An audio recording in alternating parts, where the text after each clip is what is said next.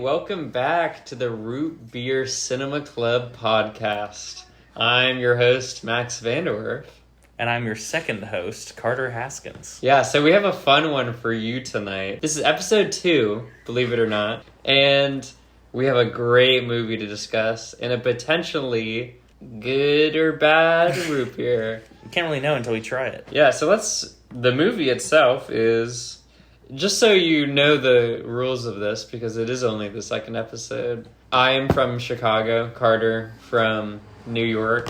We love root beer. We have a long history with root beer, and we also have a history with movies, watching them, making them. You know, just being part of the scene. We met on set. Untitled feature. True. Untitled and seemingly never released. Yeah, well, fingers crossed. True. We're gonna open a root beer, we're gonna sip on it. Once we finish sipping on it, you can no longer talk about the movie, and we will then begin reviewing the root beer.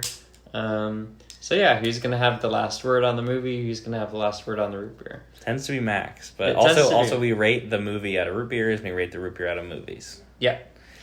So, our movie this evening is... Steven Soderbergh's Full Frontal. Yeah.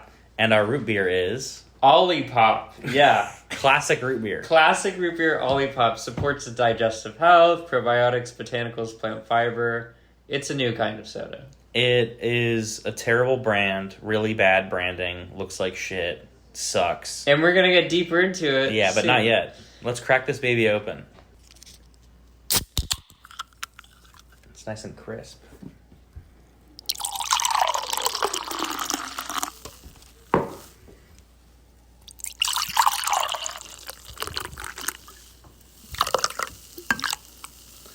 All right, let's chop it up. Cheers.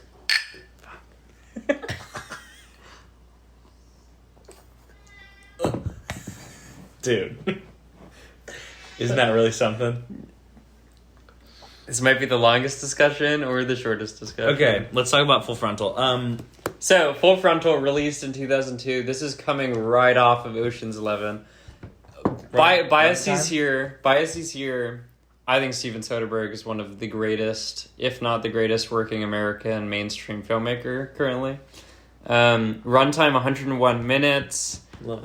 This is experimental shot on early Canon digital cameras, mixed with 35. I mean, listen to this cast. Catherine Keener, David Duchovny, who's barely in it, Julia Roberts, Blair Underwood. And I mean, there's cameos all around. There's famous people that aren't famous yet. There's famous people that are famous and are barely in the movie. Produced by Miramax, released by Miramax, and we'll get into that. Okay. Yeah. And we haven't spoken about... We also tend to try to not speak about the movies to each other before we record the pod. Yeah. So all our thoughts are fresh. I loved this flick. I think it's Soderbergh doing what Soderbergh does best. I prefer him in the experimental mode.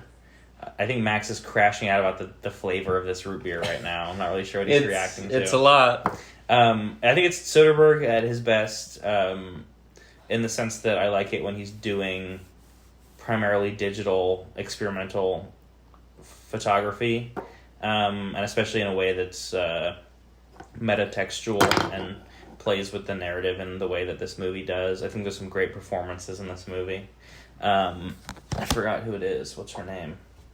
Catherine Keener? Yeah, Catherine Keener kills this. Oh my god. In a major way. She has a scene where she's like trying to lie to her sister. Yeah, and it's some of the best stuff. It's phenomenal. This movie has one of my favorite sex scenes ever. The sex scene, it's one of the most beautiful It's just so I've ever seen.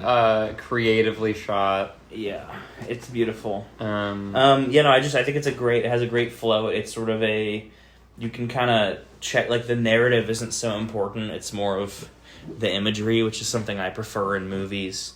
And that's what Soderbergh is good at, you know? Like, I love to go in and out of knowing what's happening and who's talking, what they're trying to do. And there's a few twists and turns. I think it's just a kind of a great, well-rounded movie. I would throw this on at a party. I'd throw this on by myself. I'd throw this on for my friends. It's sort of this is what you want from a movie, in my opinion. Yeah, it's fun. Going back to the camera, filmed on the Canon XL1, but there's also some scenes where they're shooting on 35, which really shows the back and forth between the Hollywood, what Hollywood presents itself, and the Hollywood of what Hollywood really is.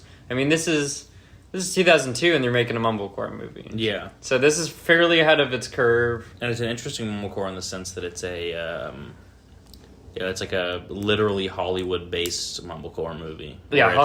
And there is a plot, but it's sort of, it takes the back seat, and it's sort of... Yeah. It's a precursor. I mean, Sandra Oh shows up for barely any of it. There's a very funny, Hitler thing. They're just, quirky characters. There's a vampire neighbor. Oh, that part's really good. On rewatch, this is the second time I have seen this movie. It was my first time. This was Carter's first time. I really enjoyed the vet who comes by. I don't remember loving her so much. What does she do again? Remember the dog eats a brownie, gets stoned, and then she comes over. And she gets really upset that the dog ate the brownies because she couldn't have them. Yeah. Not because the dog's going to die. And so then they eat the dog used brownies. That's a really good bit. Yeah, great scene. Honestly, I think my favorite part of the movie is one shot in particular when Catherine Keener is driving up to a sex shop and she's on the phone call, and there's a shot of a palm tree reflected in the windshield, and he zooms out. And then it's this oneer. She goes in the sex shop and then spins around. You see a bunch of dildos, and everyone's like, "Who the fuck is this lady?" Yeah, and the palm tree is so poignant. And it's just so this guy's got the goods. Yeah, he's got the goods. He's even in the movie, and he's got the goods. The black square, the censored thing, and then obviously Fincher shows up. Yeah, there's that's what it's all about. A power square. That's funny if you're into weird post-grade stuff. I also really liked the opening with it was a lot of information to present to me, but with the sorry, Max is making faces while drinking the root beer. Oh, and David Hyde Pierce. I mean, come on, he's honestly the main character of the movie. Oh yeah, and he's fifth build on the DVD. Oh, the beginning. You like the beginning? A lot of information. It's a lot of information to present to you at once. It's the fully letter and pillar boxed images of all of the characters with their names and what they think about certain things and who they were invited by, which is something you don't really understand until towards the end of the movie.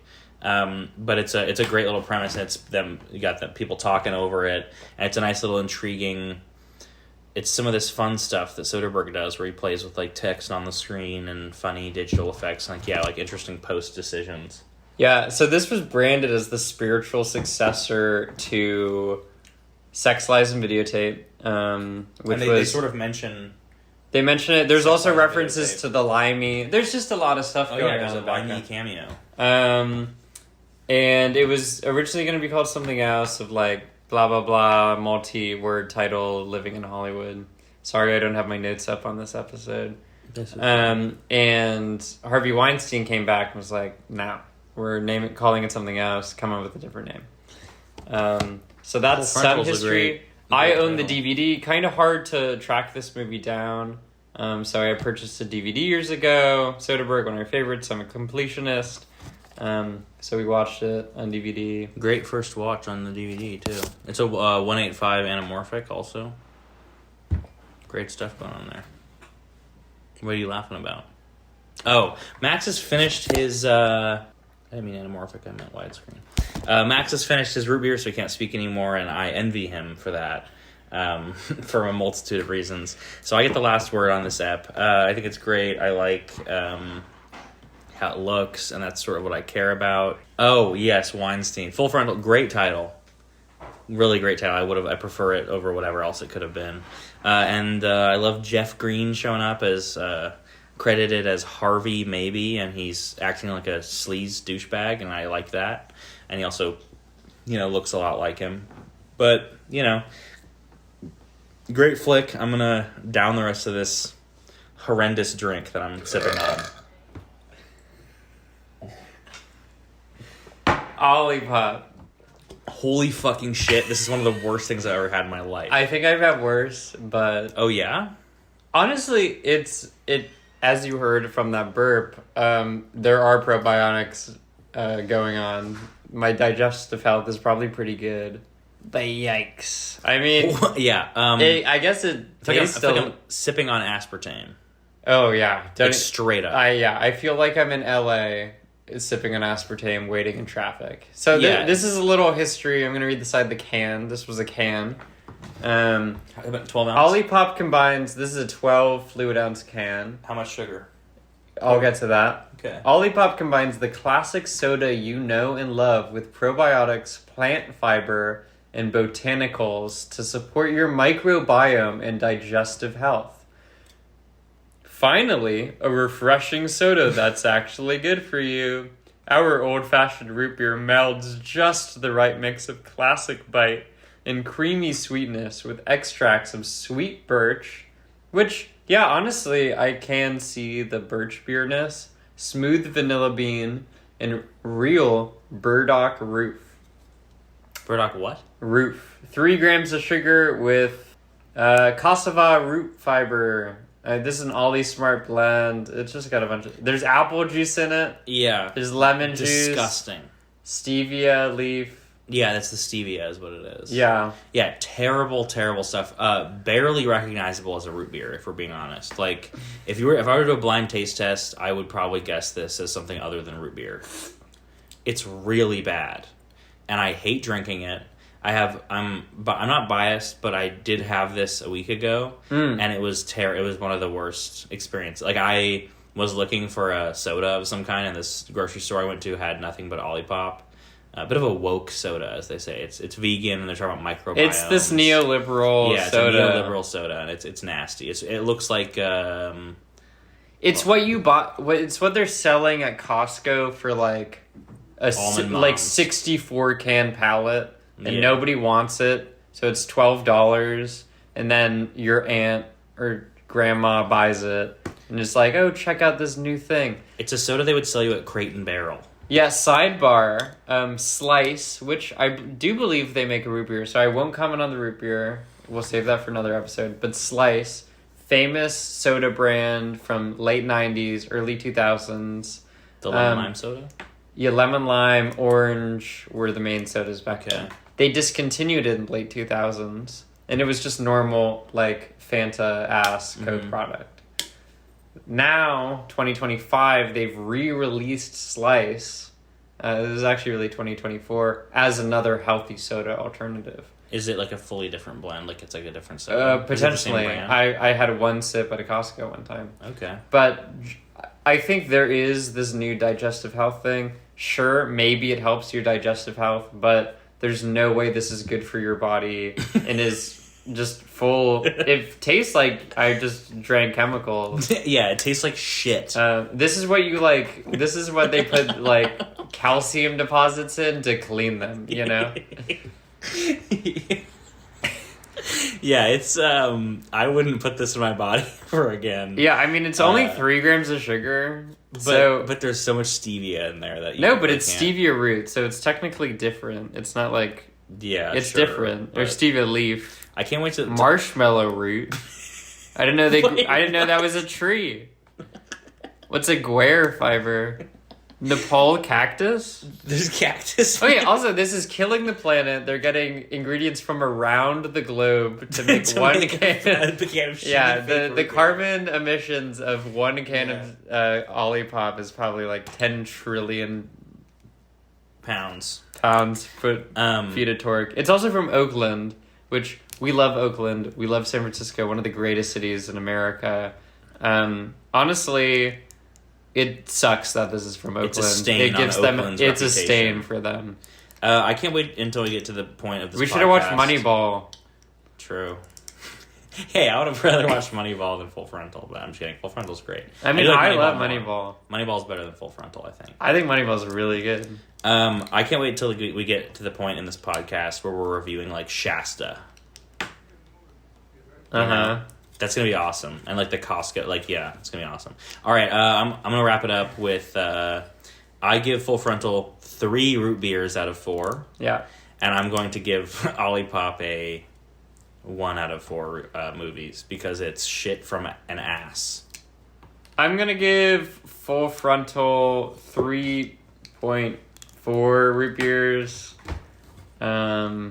Full honesty, did sleep for the first 20 minutes of the movie. But all the great parts are really great. I agree. And then I'll give this OLIPOP, like, I don't know, 0, like, canceled showtime. I don't know. 1 like, minute short film. Like $20 Regal Cinemas ticket. True. You know, $25 matinee at Regal. Yeah, $25 matinee. This is sticky floor, bad popcorn. This is War of the Worlds 2025. This is a very full theater of the worst people. This is Revenant opening night. Okay. Yeah, I'm gonna agree with you on that one. This is I didn't even answer the question. Like 0.1, No, but 0.001. I was gonna say I like movies. the dichotomy we have here, where I have a very strict 1 to 4, and I do no decimals, and I keep it strict to that, and then you'll just be like, this movie is The Revenant. Or this fucking movie is The Revenant opening. Oh, no, I think The Revenant is a very good movie. No, we'll probably get back into that. You keep doing decimals, and then also we'll be like, this Also root beer is sticky floor movie theater. Honestly, it's... And I like that. Okay, I take it back. I don't think it's that bad. What do you mean? I'll give it... No, 0.0... That's bullshit. That's a stupid review. It's at 0.1. No, it's a point... It was like... to the 1,000th. No, I'll give it like a... 0.3. Like... I drank it, you know? I could keep it down. There will be root beers, which I won't be able to do. Probably. So I can't set my bottom so soon. Yeah. Go check out Full Frontal. Go check out OLIPOP. Do not check out OLIPOP. Oh, yeah. I lied. Check out Full Frontal, though. Check out Full Frontal. Check out our Instagram and check out the comment section where you can comment below if you think any of the other OLIPOP flavors are better. Or a movie suggestion, which we won't take. Or a root beer suggestion, which we will take. We might take the movie suggestion. We'll think Comment about it. below what is the best thing Oakland has offered the great country of the United States of America. Comment below the Oakland thing. I think the Oakland thing is good. Okay. Comment below what you think Max's middle name is. Don't comment that. All right. Thanks for listening. And see you in the next episode. Go buy a root beer. Yeah, signing off. Bye.